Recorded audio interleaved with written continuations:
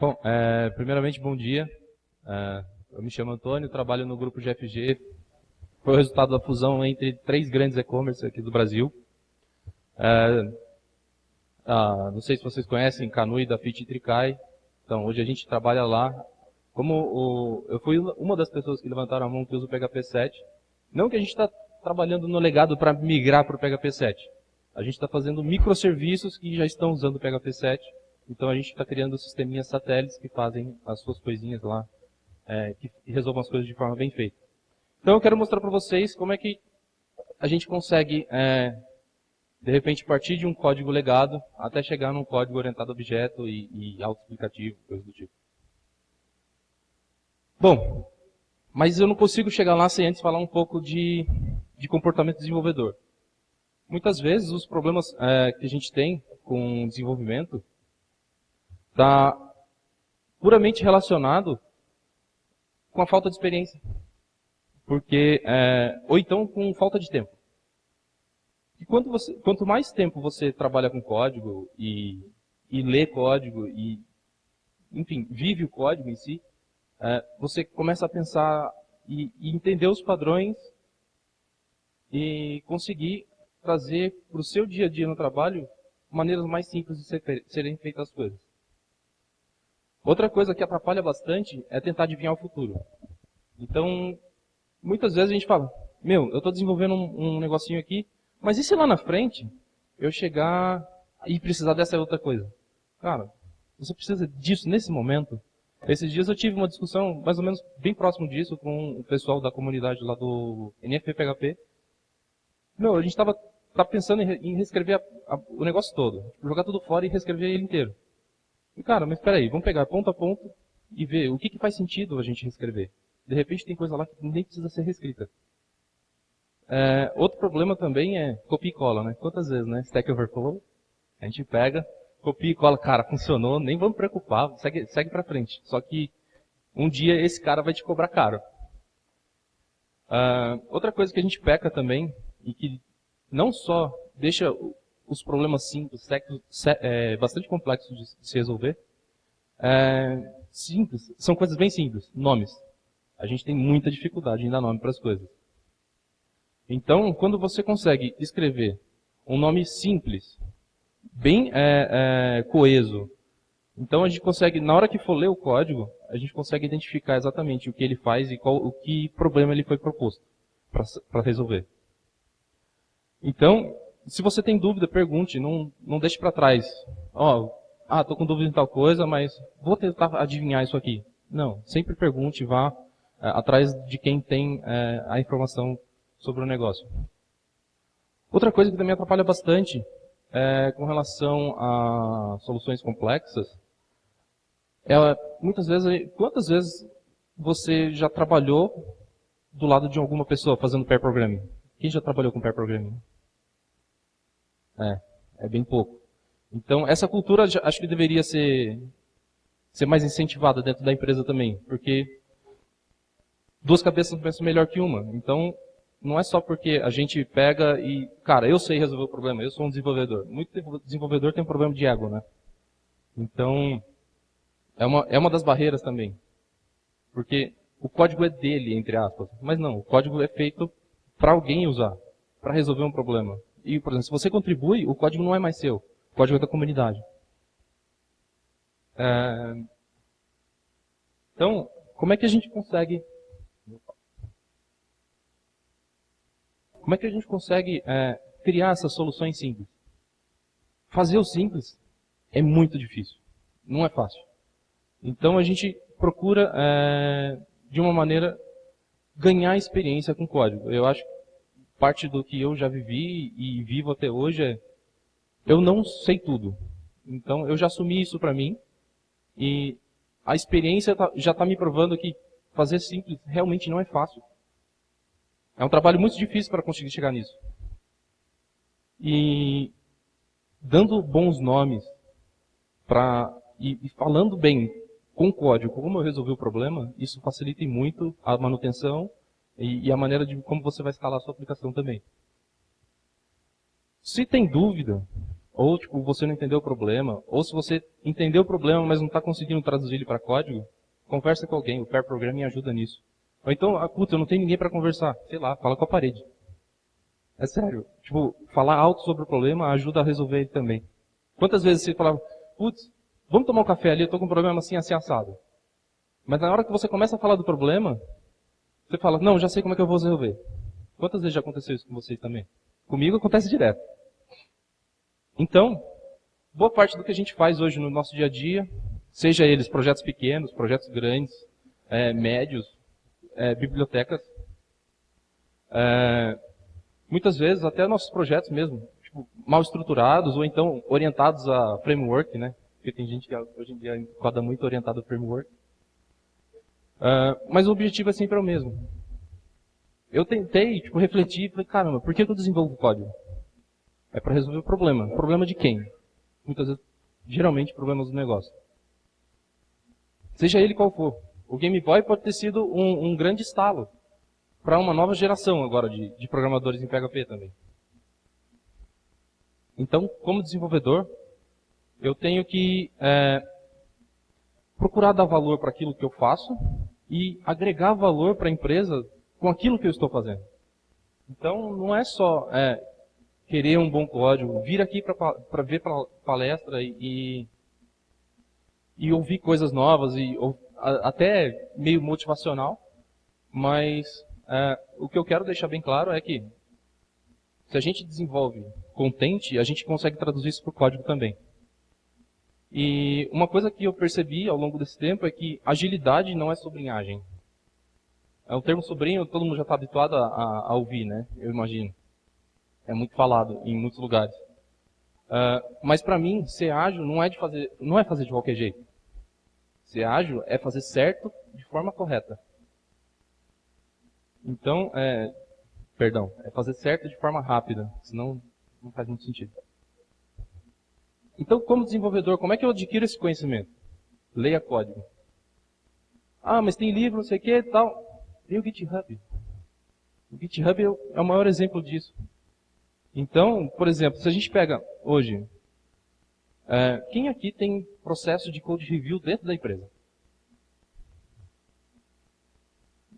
Eu devia ter perguntado o contrário. Ia ter muito mais gente levantando a mão. Então, esse é um grande problema. O Dodraco, o Casimiro comentou aqui que tem as RFCs, todo mundo comenta a respeito do que vai entrar para o PHP. Só que para a empresa não tem ninguém que comenta. Ninguém pergunta, por que você fez esse código, por que vai entrar desse jeito?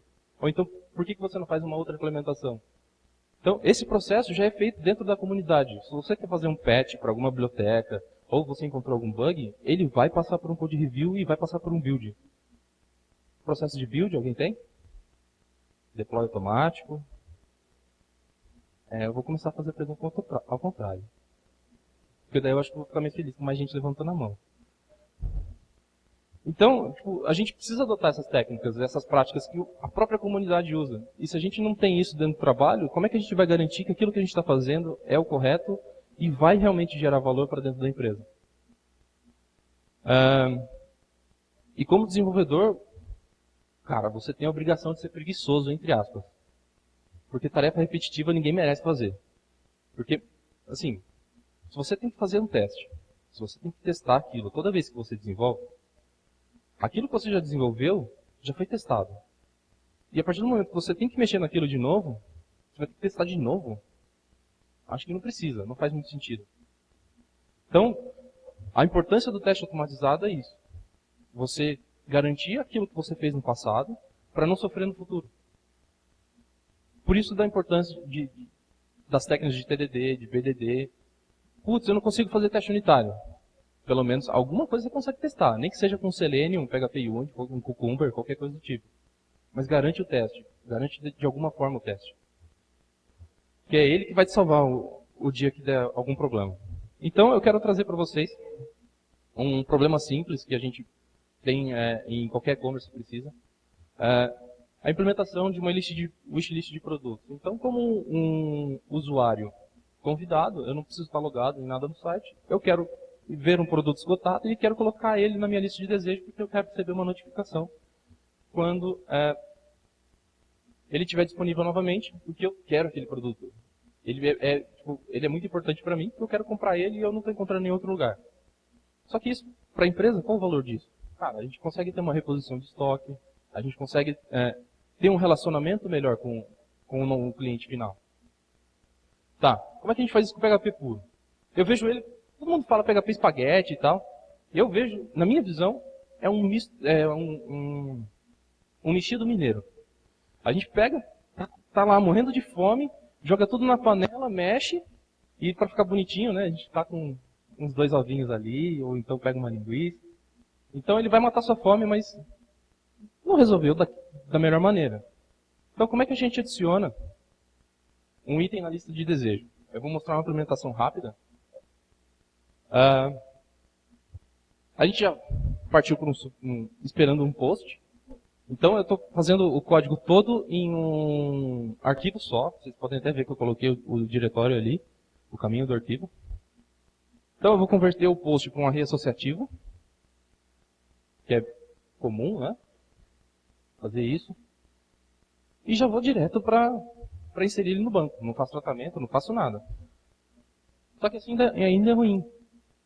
Então, para ficar mais bonito, eu boto dentro de um try-catch. Se der certo eu faço o commit, se não eu dou um rollback, né? Pô. E aí, na mesma estrutura, eu sigo e já falo assim, ó, usuário, você tem essa sua lista de desejos e esse aqui são os seus itens que você quer. Então, no mesmo arquivo eu tenho o código PHP e eu tenho o HTML misturado, tudo junto e misturado, como um mexido mineiro. E aí, como é que eu notifico? Eu preciso notificar, eu preciso mandar e-mail para alguém. Aí eu criei um arquivo de command line, dentro de um diretório separado. Então eu vou lá, busco todo mundo que tem produto disponível lá, com item disponível, para eu disparar um e-mail. Então o produto recebeu atualização de estoque, ele tem que estoque de novo, eu vou disparar um e-mail para ele e ele sai disparando para todo mundo que está interessado naquele produto. Coloco numa cron tab, rodo pelo menos aí cada 10 minutos, para não ficar tão pesado essa lista. Aí beleza. Só que, cara, a gente conseguiu resolver o problema. Funciona, está funcionando. Só que existem muitas coisas que a gente não consegue reusar de repente, entendeu? Em algum momento, se a gente precisar fazer uso disso, a gente não vai conseguir. E até para dar manutenção fica difícil. Mas quais são os problemas, Antônio? Me fala. O que tem problema? Eu não estou vendo problema nenhum. Esse código está bonito, cara. Ele funciona. Sim, ele funciona. Está bonito é outra história. Então, a gente, com código assim, a gente tem uma organização muito pobre. A gente não consegue reusar o código. E conforme vai entrando novas funcionalidades para aquilo, ele vai aumentando e tem gente aqui... quem aqui consegue trabalhar com código com menos de 100 linhas? Numa estrutura dessa? Não consegue. Quem não vai conseguir ter de forma fácil uma leitura tranquila na hora de fazer uma manutenção. Até o debug fica difícil. Então, como é que eu consigo controlar o disparo de e-mail? Eu vou confiar na biblioteca do PHP para fazer isso por mim? Então, tem várias coisas assim que a gente acaba abrindo mão, mas se a gente tivesse um pouquinho mais de cuidado, na hora que tivesse um problema na hora do disparo de e-mail, a gente conseguiria até reenviar esse e-mail. Não tem controle dos erros e tudo mais. Então, como é que a gente pode começar a mudar isso? Vamos colocar ele mais estruturado, então. Então é tipo um junk food. Eu chego, quero comer, passo 10, 15 minutos lá, nem isso, né? Junk food hoje é 5 minutos e já consegue pegar o lanche. Então, resolve rapidinho, só que de um jeito mais separado. Eu tenho aqui a minha batata frita, eu tenho aqui o meu hambúrguer e o meu refrigerante. Só que como é que a gente consegue isolar, começando a fazer o isolamento das coisas, a gente vai isolar primeiro a apresentação. Lembra aquele HTML que estava todo dentro de um arquivo só? A gente extrai ele para um outro path, eu até denominei de templates, onde a gente vai começar a trabalhar as camadas de apresentação. Então a gente extrai o HTML, a gente não pode deixar nenhuma lógica, exclusivamente nenhuma. Até essa lógica aqui que eu deixei de propósito, ela não deveria estar aqui. Eu deveria já responder para a minha camada de apresentação, falar, ó, tem produto e a situação dele é essa. Já que a minha camada de apresentação, ela não precisa ter lógica, não precisa nem saber como é que as coisas funcionam. Ela só precisa exibir. Como é que eu isolo com PHP estruturado minhas regras de negócio? Então a gente pega e cria função. A função para adicionar o item na lista, a função para criar um array associativo de um item, enfim, para procurar, para verificar se ele é válido através de um post, e diversas formas. Agora, como é que eu faço essa interação entre a minha camada de apresentação e a minha camada de regras de negócio? Porque eu separei, né? Já tenho lá o meu arquivo de apresentação, separei o meu arquivinho com as regras de negócio, onde eu separei até na minha pasta libs, models e meu conjunto de função. Então, para eu fazer essa integração, é até simples, né? Require on dos arquivos. Pego aquele meu begin transaction e encapsulo ele dentro da minha função. Então, ficou mais enxuto. Até a leitura ficou mais fácil agora.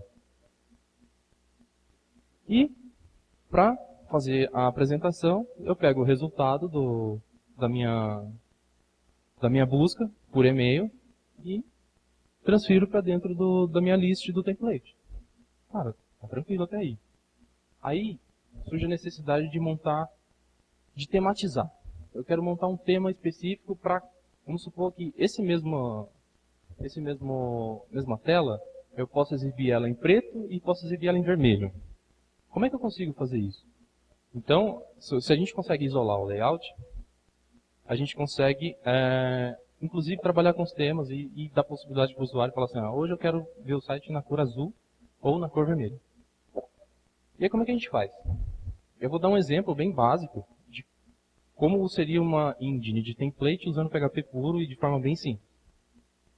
Então, a gente tem o nosso layout padrão, que ele vai cuspir na tela, só o title e o content. Mas ele não sabe qual o conteúdo dessas coisas. Só que a gente vai montar esse conteúdo através de um outro arquivo. Onde eu tenho o meu template list, wishlist, onde eu vou montar a minha tabelinha para exibição. Então eu defino o title e defino o content. Como é que funciona para eu cuspir essa informação? Porque no PHP, quando você fala assim, eu quero o eco de tal coisa, ou você já coloca um HTML para ser cuspido, ele já vai cuspir na hora. A partir do momento que eu adiciono a função de obstart, ele vai armazenar isso num buffer. Tudo dali para baixo vai ficar em memória até o momento que eu pegar. Na hora que eu pegar, eu faço o obget clean, ele já vai me retornar o conteúdo que, em tese, ele cuspiria na tela, mas, nesse caso, eu vou jogar para dentro da variável content, que ela vai ser cuspida lá no meu layout. Se a gente voltar aqui, a gente consegue ver. Até aí ok, né? Então, é mais ou menos assim que funciona uma engine de template.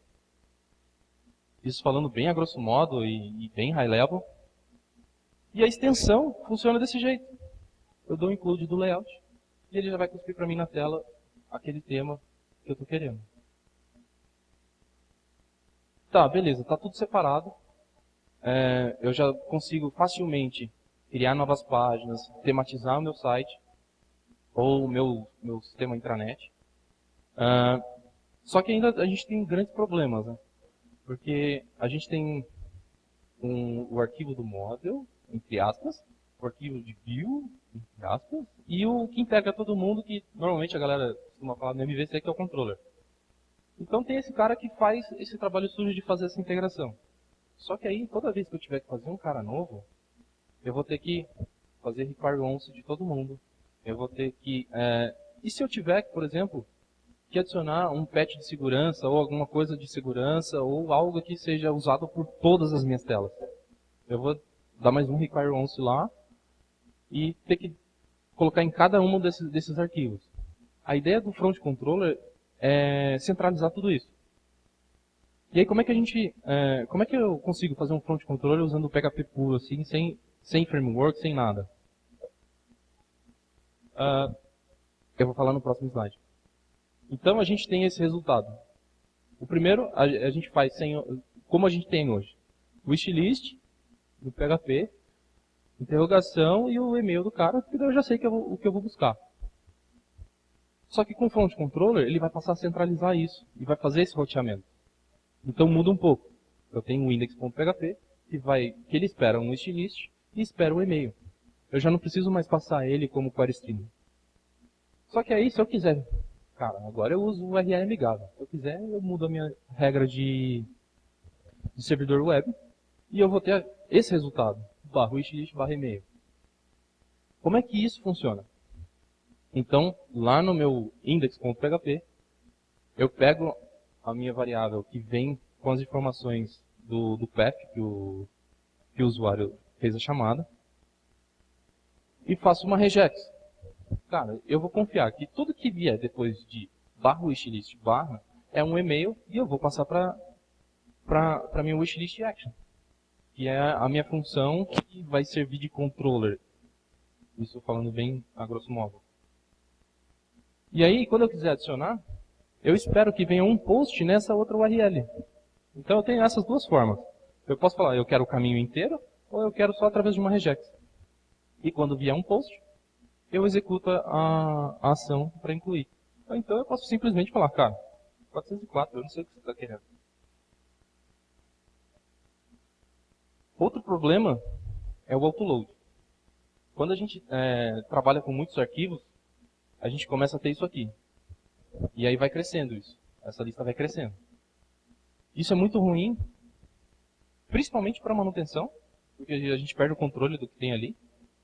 Ou então, tipo, eu já conheço um pouco mais do PHP, já mexo no servidor, eu vou colocar dentro do ini. Posso adicionar dentro da minha configuração e falar, carrega todo mundo daquela pasta. Funciona também, não teria problema nenhum. Mas, por exemplo, se a gente tiver que usar a biblioteca de PHP Mailer. Tranquilo, eu pego, baixo ela através da versão estável dela e adiciono dentro do meu repositório, faço o commit dela também, não tem problema nenhum.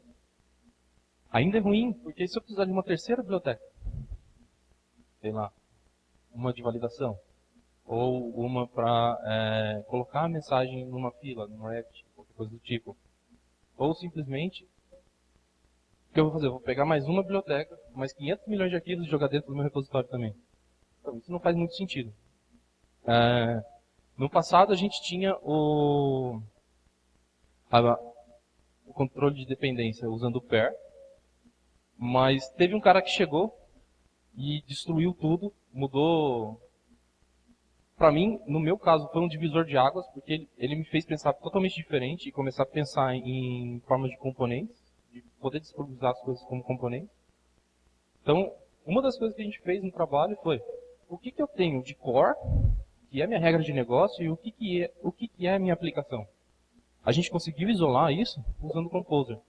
A gente pegou tudo que é core business, que é componente pro negócio, a gente desenvolveu um repositório totalmente separado e a gente fez um plug and play numa API que a gente fez em Symfony. Então eu tenho todo o meu core business isolado. Se eu precisar alterar alguma coisa de negócio, eu altero num lugar totalmente isolado da minha API. E com o Composer isso ajudou bastante. Outra vantagem é que você, usando o Composer, você tem acesso a milhões, cara, milhões mesmo de componentes na internet que a galera disponibiliza. E você pode ter o controle também do que você quer e do que você não quer usar. Por exemplo, você vê, putz, essa biblioteca faz sentido pra caramba. Mas espera aí, ela tem um cara que é contribuidor, ela não tem teste, eu não consigo confiar. Então, algumas coisas do packagist te dá. Quantas instalações, quais são os projetos dependentes daquela biblioteca. Então, como é que eu crio o meu arquivo de configuração de dependência? Das minhas dependências. Hoje, aproveitando a estrutura que eu tenho, o meu autoload eu posso resolver dessa forma. Então, eu criei a minha configuração, coloquei a descrição, qual é a licença, e como é que vai ser a estratégia de autoload. No caso, eu coloquei em arquivo, mas daria para ser por namespace, PSR4, PSR0, aí vai do gosto do freguês. Mas usem PSR4 daqui para frente, por favor. Então, eu deixei bem mais simples. Eu simplesmente, usando aquela configuração, eu faço um composer dump autoload, aí eu vou ter, ele vai gerar para mim esse arquivo, o vendor autoload.php. É só fazer include lá no meu index.php e está resolvido. Então, a gente conseguiu terminar, eu consegui dar uma melhorada na estrutura do meu código, eu cheguei nesse resultado. Toda essa implementação eu fiz, tem o código no meu GitHub, no final da palestra tem essas informações lá. Então, a estrutura do meu código ficou dessa forma. Ficou bem estruturadinho, cara, eu consigo entender as coisas, ainda está fácil. Só que vamos falar de orientação a objeto. Se a gente for, já voltando para a comida, se a gente for pensar num prato orientado a objeto, eu vejo um prato gourmet. Porque ele é pensado desde a sua concepção até a entrega. Então, o mestre ele vai fazer com que você sinta todos os sabores a todo momento. Em vez de você só comer aquele mexidão que você não sente gosto de nada, é só da farofa, na orientação a objeto é bem próximo disso. Então, essa foi a minha comparação e foi da maneira que eu consegui interpretar. E acho que deve ficar mais fácil para todo mundo também. Então, o que a orientação a objeto facilita? O código é mais autoexplicável. Então, a gente consegue entender melhor qual é a proposta para resolver aquele determinado problema. Outra coisa, facilidade no crescimento, porque eu consigo isolar cada pecinha. Pensa no objeto, por exemplo, você tem um relógio. Ele, por si só, é um objeto, mas ele é composto de diversos objetos ali dentro que fazem ele funcionar. Então, quando você tem essa abstração e consegue interpretar essa abstração, quando você vai traduzir isso para código, você consegue ter uma melhor visão do que você está fazendo naquele momento. E, por conta disso, a gente consegue isolar muito bem cada responsabilidade de cada objeto. Falando de testes automatizados, antes de entrar mesmo na orientação a objeto, esses caras, se você hoje não pratica, comece a treinar. Eu, por exemplo, eu não sabia o que era, e comecei abrindo um repositório no GitHub. Era um repositório bem alheio, assim, que era para gerar código PHP para mim. Eu falei, cara, eu vou começar a brincar com isso aqui com teste. Para eu entender o que é. Eu não sei, não faz parte do meu dia a dia. Então eu peguei, abri o repositório e comecei. Tá, como é que funciona o PHP Unit? Fui lá, abri, tá, beleza. Isso aqui eu tenho que fazer desse jeito, daquele outro. E comecei a evoluir e entender como funcionava. A ferramenta do PHP Unit, por exemplo. Uma coisa que é bastante importante lembrar, que os testes, eles vão garantir as suas regras. Então, o que você já conhece é o que vai estar escrito no teste. O que você não conhece, ainda você vai escrever. E uma coisa que é bastante importante é que, por mais que você escreva teste, ele não vai garantir todos os bugs sejam resolvidos. Então, ao longo do tempo, você pode ir introduzindo novas coisas, mas se você já tiver teste, se quebrar a assinatura, se quebrar o resultado daquele comportamento, você vai ter um grande problema no build, se você já tiver um processo de build, por exemplo. E também, os testes vão auxiliar na refatoração. Então, uma coisa que um colega meu, em 2012, me disse, quando a gente estava começando a tentar brigar por colocar teste dentro do trabalho, é engraçado falar brigar por colocar teste, né? Isso já deveria ser padrão. Em todo lugar já deveria ter. Então, nenhum médico, ele baixa a guarda, né? Mas o desenvolvedor, cara, deixa o teste pra lá e eu vou... segue a vida. Não, mas espera aí, eu tenho um padrão a seguir. Eu tenho que garantir alguma coisa. E a refatoração o auxílio na refatoração é justamente isso. Se eu tenho um teste bem feito, que garanta pelo menos 80% dos cenários, 70% dos cenários, são números cabalísticos, não precisam chegar nesses números não. Mas, até mesmo porque nada é perfeito. Mas assim, garantir o caminho feliz, eu acho que é o mais importante. Se você sabe que tem uma entrada e vai ter aquela saída, já está 70% pronto. O que vai te auxiliar na refatoração é você ter esse controle. Depois é você brincar no miolo. Você vai tentar de diversas formas chegar no mesmo resultado, vai escovando o código, escovando, e aí você consegue melhorar o código que está ali dentro, sem mudar o que vai sair, ou o que vai entrar ou o que vai sair.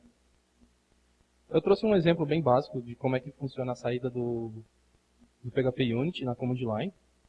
Então eu tenho alguns testezinhos que eu coloquei no repositório também. Dá pra rodar. E aí eu fiz uma brincadeira, falei, cara, vou alterar uma assinatura, vou deixar de retornar uma exception. E ele já falou pra mim, cara, você fez bosta. Então ele vai ser o dedo duro.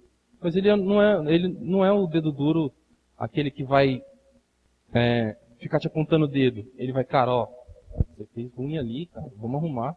Porque senão, se subir isso aí errado, vai quebrar outra coisa. Então ele vai ser um parceiro. Uma outra coisa, antes de continuar, não confie em arrays. Eu já passei por diversos projetos que era toda a estrutura de dados, então, cara, era tudo baseado em array. Então é muito complexo manter. E os nomes, abreviações, também ajudam a piorar o entendimento e até confundir o comportamento do que é esperado naquele retorno. Então, vamos usar a ferramenta certa, porque não dá para cortar a cenoura com serrote, né? Então, um exemplo básico de como a gente normalmente faz no dia a dia sem orientação a objeto. A gente acaba tendo que fazer aqueles reset malucos. Eu nem coloquei a anotação nova, porque eu fiquei com medo de muita gente não já ter noção do que tinha no PHP 7, e acho que eu acertei de não trazer a anotação nova. Mas beleza. Vamos entrar agora na orientação a objeto, falando de objetos de valor. Então, os objetos de valor, como o exemplo que eu dei anteriormente sobre o relógio, eles são usados muitas vezes para medida, quantidade, para descrever alguma coisa. E eles encapsulam, normalmente encapsulam os tipos primitivos.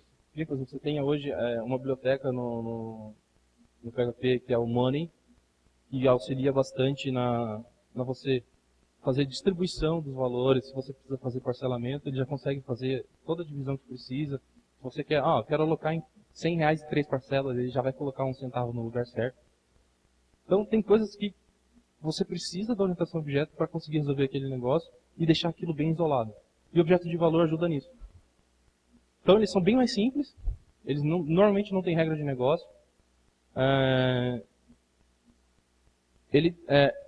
E é muito mais usado para a representação daquele valor, ou se ele tiver algum comportamento, de repente até o CPF, CNPJ. E a gente não tem um objeto CPF, CNPJ, cada um com suas regras, lógico, que a gente possa, cria esse número. Se o número não for válido, você nem precisa instanciar, você já estoura uma exception pro cara. Por que a gente não tem isso? Eu até hoje não achei. Uma oportunidade para abrir um repositório no GitHub e colocar no package para todo mundo usar. Então, eu quero trazer um exemplo bem simples, voltado para o status, onde eu tenho o meu wishlist item. Ele está no meu status, ele pode estar no status pendente e eu posso controlar ele se eu já enviei ou não e-mail no banco de dados. Só que eu preciso representar isso de alguma forma. Então, eu coloquei uma representação básica do que pode ser um objeto de valor, onde ele tem as constantes, que são os valores que podem ir para o banco de dados, mas as constantes são a tradução do que aquele valor de uma letra representa. Então ele auxilia bastante com relação a isso. Também dá para fazer igualdade, para ver se o objeto é igual ao outro. Então a gente consegue diversos comportamentos que de repente se fosse só um array a gente não conseguiria. Falando um pouco sobre as entidades, diferente um pouco dos objetos de valor, elas são mutáveis, porém ela continua com a mesma identificação. Mas como assim? Ela tem um ID, basicamente.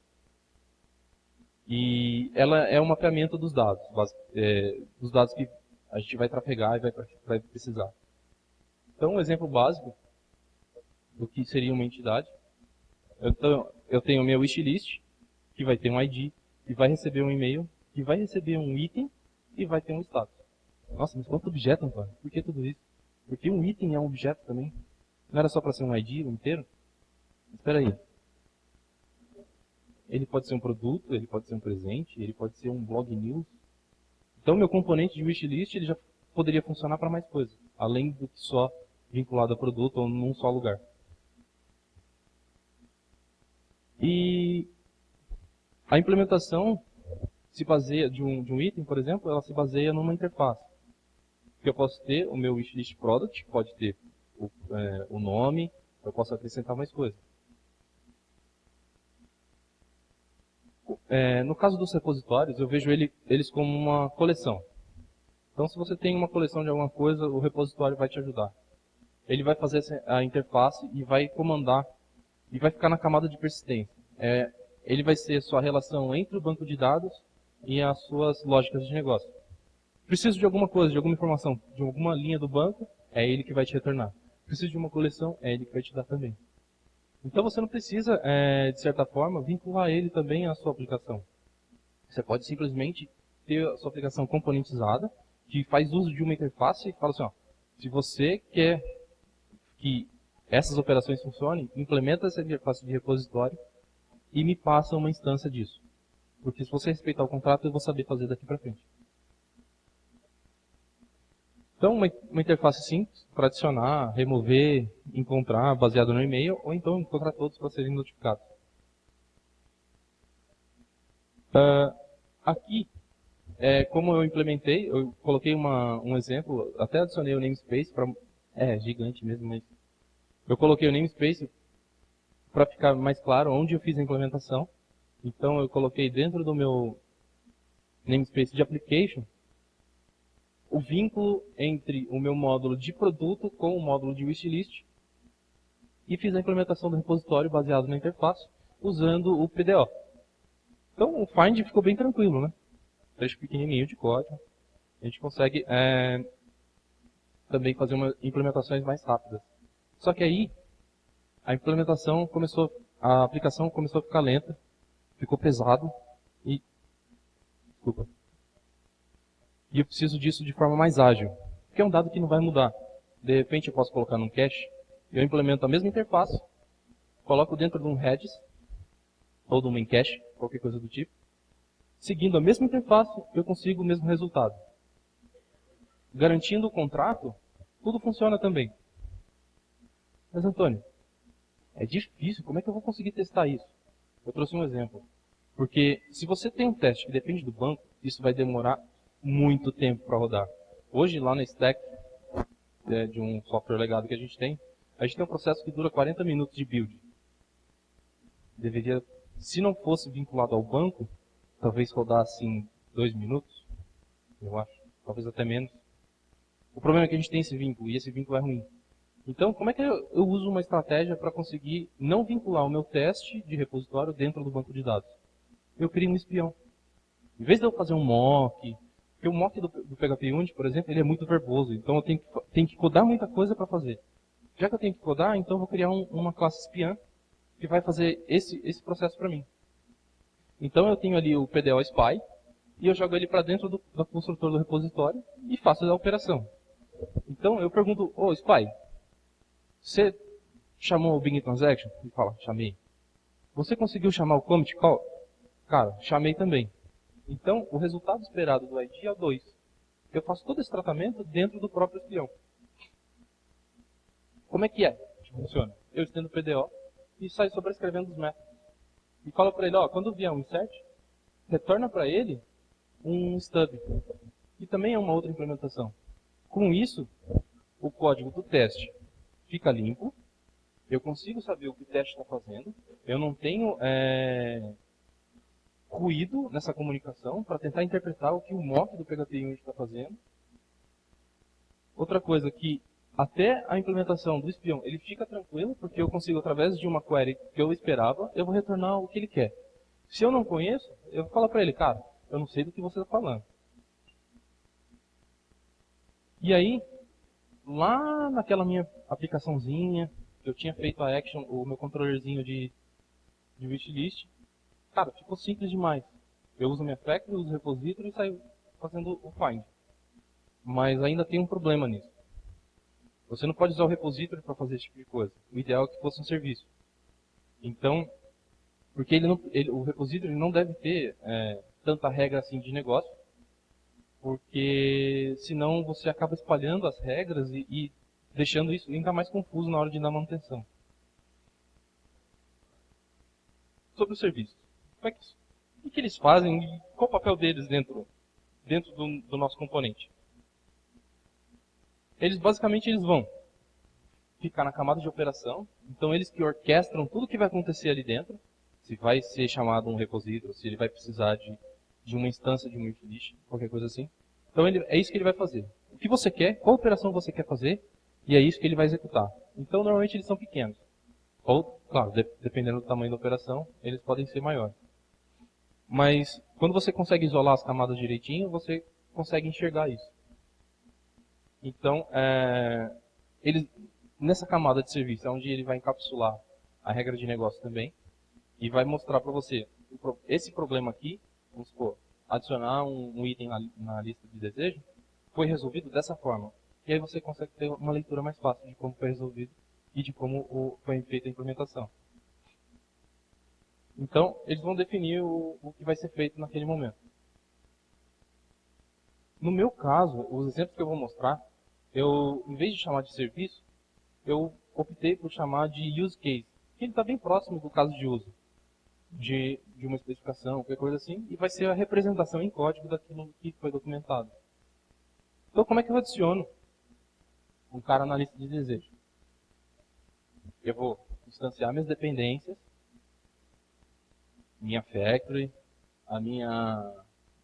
meu repository e o item resolver. O item resolver, na verdade, é o cara que vai transformar um produto, um objeto de produto, num objeto de wishlist item. Porque daí ele vai fazer esse tratamento. Depois no meu GitHub tem uma implementação, tá documentado isso lá. Vocês podem dar uma olhada lá depois. Ou discutir comigo mais tarde. Vou criar o meu objeto de intenção. Então, eu não quis colocar o nome de request para não ficar próximo do que é HTTP request. Então, toda request tem uma intenção. Qual é a intenção? Criar um objeto de wishlist. E aí eu vou fazer a construção do meu serviço. Esse serviço vai fazer o quê? Adicionar um item dentro da minha wishlist. E eu faço a execução dele. É bem tranquilo. E se der algum problema, eu mapeei todas as minhas sessões como sessões de domínio. Então, essa é a mensagem que vai aparecer na tela. E se tiver alguma outra exception diferente disso, a gente pode colocar isso dentro de um log e colocar uma mensagem genérica de erro. Tá, como é que ficou a implementação desse cara? Então, no construtor dele, ele não existe se não tiver isso. Eu preciso dessas informações, desses objetos, senão eu não consigo nem construir o serviço de adicionar o cara na wishlist. E aí, o execute ficou dessa forma. Eu primeiro resolvo o item, eu gero o item a partir do meu item resolver, passando o ID do item. Então, o item resolver aqui, ele é só uma interface. Quem fica responsável por implementar isso é a minha aplicação, no módulo onde eu vinculo o wishlist com o produto. E aí eu coloquei um try catch, porque eu espero que sempre que eu mandar um e-mail e um item, um ID de item, eu consiga não ter esse cara dentro do meu banco de dados. Porque eu não vou colocar coisa repetitiva. Então, na minha assinatura, eu coloquei que se não encontrar, vai estourar uma exception. Mas se encontrar, cara, esse cara já tá. É outra exception. Só que, se você for ver, meu try catch ali, o catch está vazio, né? Por favor, é só uma ilustração, não faça isso em casa. Porque você não pode colocar um try catch sem colocar um tratamento. E aí, simples, eu consegui, a partir do meu item que eu recebi, da minha intenção, criar o meu objeto de item, criar objeto de wishlist já montado bonitinho com o item. Simplesmente eu vou persistir. Faço a persistência dele através do repository. Tá tranquilo até aí? Eu estou indo muito rápido? Não? E como é que eu faço a notificação? Da mesma forma. Eu vou lá, instancio as minhas dependências. No caso, eu tenho um mail notifier. Mas eu poderia, sei lá, como eu fiz a implementação de uma interface, eu poderia criar uma stack de notificação. Eu poderia mandar, você quer mandar e-mail, SMS, quer colocar no log, você pode montar o que você quiser ali dentro e fazer o disparo. Ele vai encapsular todas essas regras. E aí, da mesma forma, eu crio o meu Notify Items da minha wishlist, do meu serviço, para poder fazer a chamada dele através de uma intenção de que eu quero todo mundo que tem o status pendente. Então eu vou pegar na minha lista inteira todo mundo que está com status pendente de envio.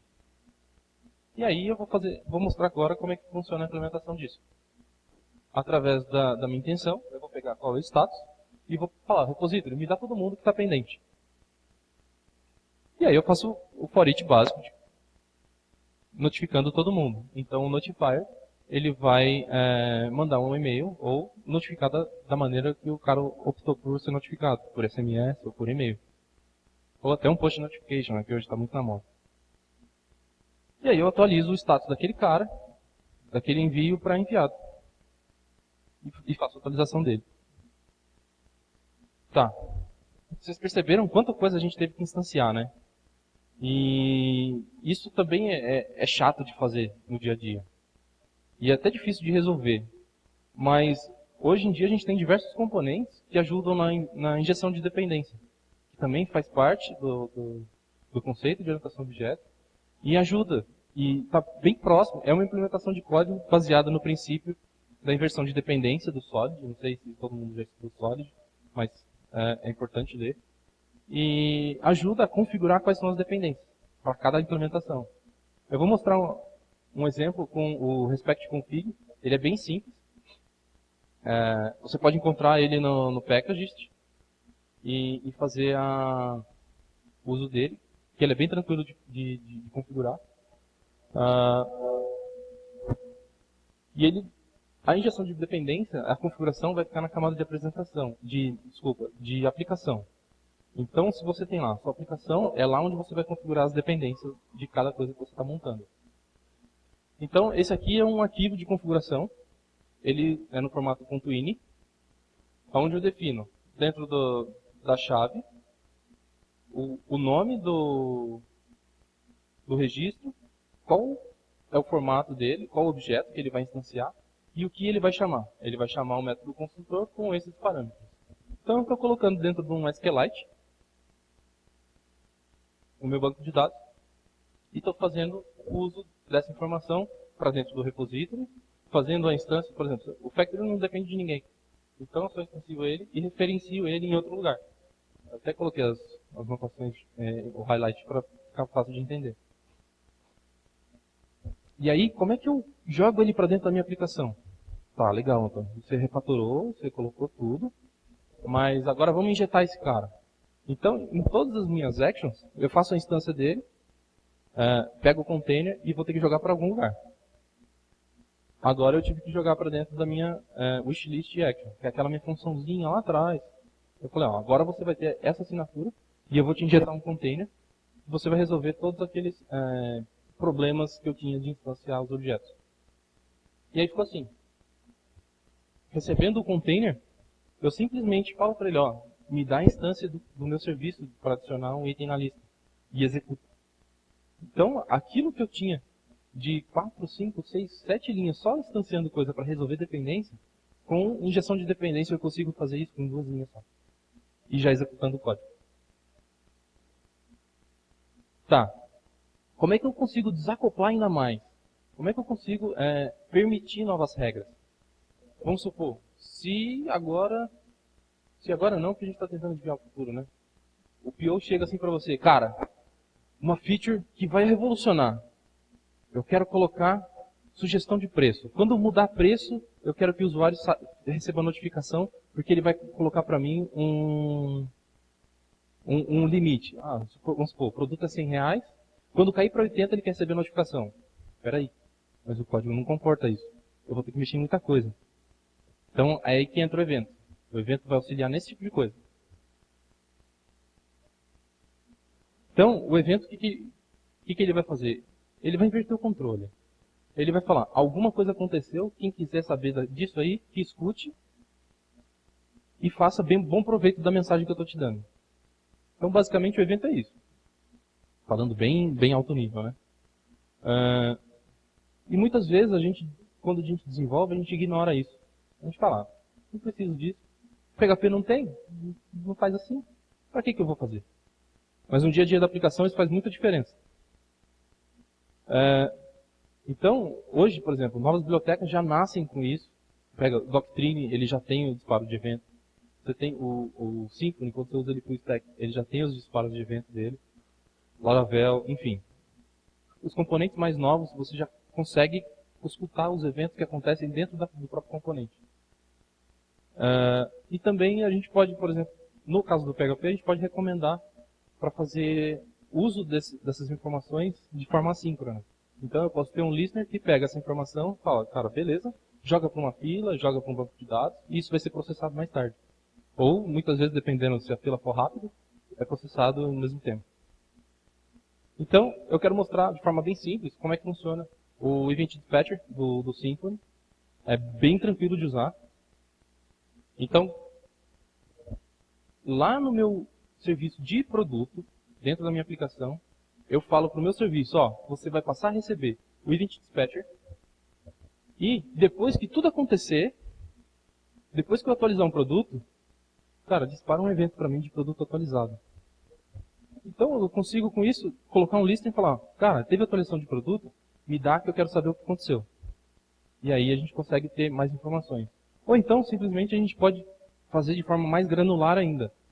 A gente pode ter atualização de produto e atualização de estoque.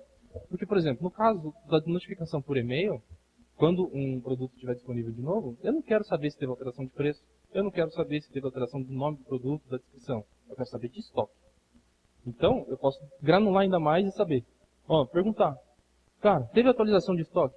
Teve. Ele aumentou? Cara, aumentou. Então dispara um e-mail. Dispara um evento. Dispara um evento para mim. Avisa quem estiver interessado no estoque. E aí, como é que eu codo o meu listener? Simples. Eu falo para ele qual é a minha dependência. Nesse caso é o meu serviço que vai disparar um e-mail. E com isso, colocando o listener direto, a gente consegue, em vez de a cada 10 minutos fazer o disparo de e-mail, a gente consegue fazer em tempo real. E aí, fazendo isso em tempo real, a gente consegue falar para o cliente, já está disponível o produto, você já pode comprar. Diferente de a cada 10 minutos, se tiver numa frenesi de compra, ele vai chegar lá, putz, recebi o e-mail, vai comprar, acabou. Depois mais 10 minutos, colocou o estoque de novo, recebi o e-mail, vai lá comprar, acabou. Então isso acaba desgastando também a imagem, o relacionamento entre a empresa e o e-commerce, no caso, e o cliente. Então, dessa forma, a gente consegue garantir que o evento de estoque foi feito, pego o ID do produto e mando para a notificação, o meu serviço de notificação. E aí, como é que eu configuro? Com o respect config, eu vou ter o meu listener, que vai depender de um serviço para notificar. E o Event Dispatcher, quando instanciar, ele vai adicionar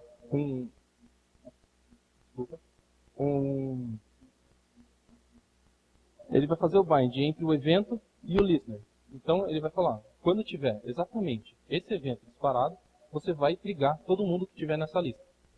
Ou escutando esse cara.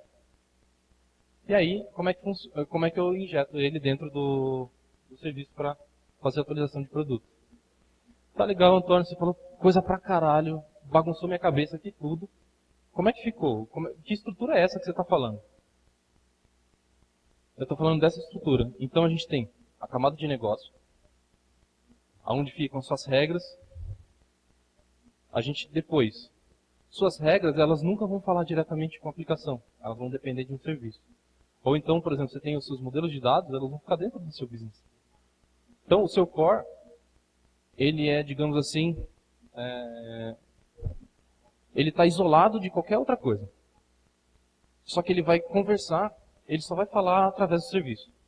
Você quer exibir uma lista de wishlist, ele vai pedir, a aplicação pede para o serviço, que depois ele pega essas informações e fala, ó, são essas coisas que você tem para listar. Então, o business a gente vai ter as regras de negócio, as entidades, os objetos de valor, as interfaces de repository, por exemplo. No caso dos serviços, ou use case, como eu coloquei logo menos, eles vão definir como as coisas vão acontecer e ele faz a interface entre a minha aplicação e as regras de negócio. Na aplicação, a gente tem a implementação de fato dos repositórios, a gente tem as implementações dos listings, por exemplo, que é os caras que vão orquestrar também essa parte de comunicação do que vai acontecer, em que momento vai acontecer. Dentro da aplicação, a gente também tem a comunicação com o mundo externo. Por exemplo, eu posso ter uma API, eu posso comunicar, de repente, com um device. Device também pode ser uma aplicação. Ou, tipo, fazer a comunicação entre a aplicação e o banco, entre os meus serviços e o banco de dados. Então, a aplicação fica responsável por isso. Tá, então a gente saiu dessa estrutura, com o código PHP puro, e a gente foi para isso aqui. Isso porque a gente nem refatorou a parte dos controllers, não usou nenhum componente para fazer a parte do router, nem nada disso. Eu mantive a mesma estrutura e fui só mudando o miolo. Então a gente saiu de um código bem complicado de ler, para um código que se a gente pegar ele e bater o olho, a gente já sabe o que está acontecendo. A estrutura saiu disso aqui, para meia dúzia de arquivos, e foi para algo um pouco mais complexo, mas eu quis trazer para vocês entenderem como a gente pode fazer esse tipo de coisa. Ter a minha aplicação e os meus componentes. Então eu tenho os meus componentes e a minha aplicação. A estrutura. Para concluir tudo isso, saia da sua zona de conforto. Então procure coisas novas, de repente até aprender outra linguagem. Isso pode mudar a sua cabeça. Participe da comunidade. Tem diversas coisas que a gente pode contribuir. Tem um projeto, o NFE PHP, que é genuinamente brasileiro e tem pouca ajuda. Então, se alguém quiser ajudar, será bem-vindo. Sempre automatize as tarefas repetitivas. Nunca fica correndo atrás do rabo ou coisa do tipo. Vamos para frente. Eu também trouxe um pouco do conteúdo de Domain Driven Design. Então, baseado em componentes, a gente pode fazer o que a gente quiser. Ter uma liberdade muito grande. Também tem um pouco de Domain Specific Language. Seja um bom autor de código. Entretenha o leitor. Se você narra bem o que você está resolvendo, você consegue... você teve sucesso no que você fez. Tem um pouco de Solid também. Então, cada ferramenta foi feita para uma coisa. Se você pensar, o martelo não foi feito para colocar parafuso na parede. Então, pensar dessa forma também. Algumas referências do que eu acabei estudando para poder trazer esse conteúdo. Uma frase que a gente tem no nosso escritório, cara, a vida é tão boa para fazer um código ruim, que isso acaba virando um mantra pra gente. Foi um cara do New Relic, de monitoria, que falou isso. E obrigado. Tá?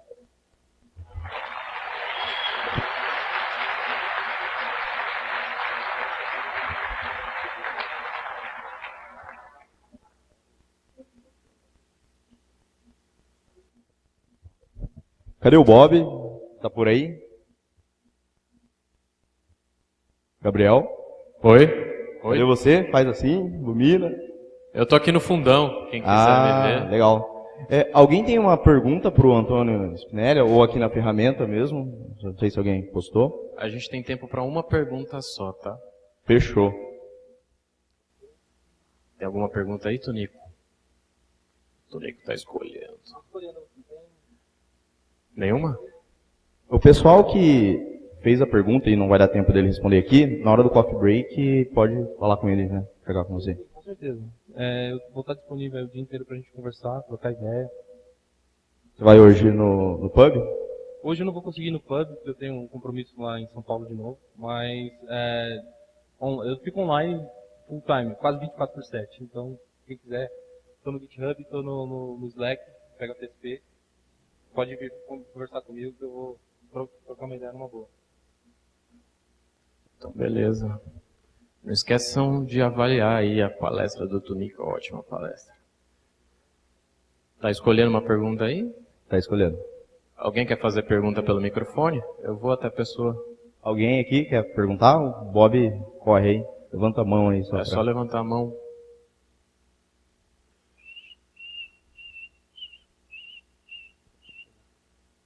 Quanto... Aí, escolheu. Tá. Então, estruturar o código é importante, mas sabemos que nem sempre temos tempo hábil para fazer isso. O que fazer quando o projeto precisa ser entregue rapidamente e o dono do produto não quer esperar você estruturar o código?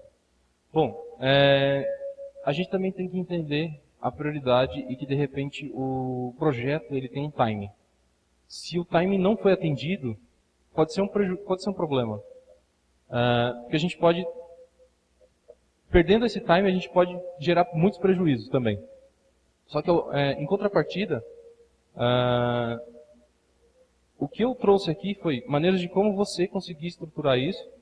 E é um processo evolutivo ao longo do tempo, que não é do dia para a noite que você vai conseguir fazer isso ou aplicar dentro do seu trabalho. Eu levei pelo menos 10 anos para conseguir chegar nesse entendimento, e estou querendo trazer para vocês. Então, o código, você vai trabalhando nele ao longo do tempo, consequentemente, você, com os testes, vai te auxiliar a ter o tempo hábil para conseguir refazer ou fazer da melhor maneira o que você precisa fazer naquele momento. Então, acho que, eu não sei se eu consegui atender a expectativa, mas de repente, trocando uma ideia lá fora, que eu já não tenho mais tempo, o pessoal já está querendo me enforcar aqui, a gente pode trocar uma ideia melhor sobre isso, de como a gente pode, de repente, conseguir um pouco mais de tempo para conseguir convencer o pessoal de negócio também. E, mais uma vez, obrigado, pessoal. Muito bom.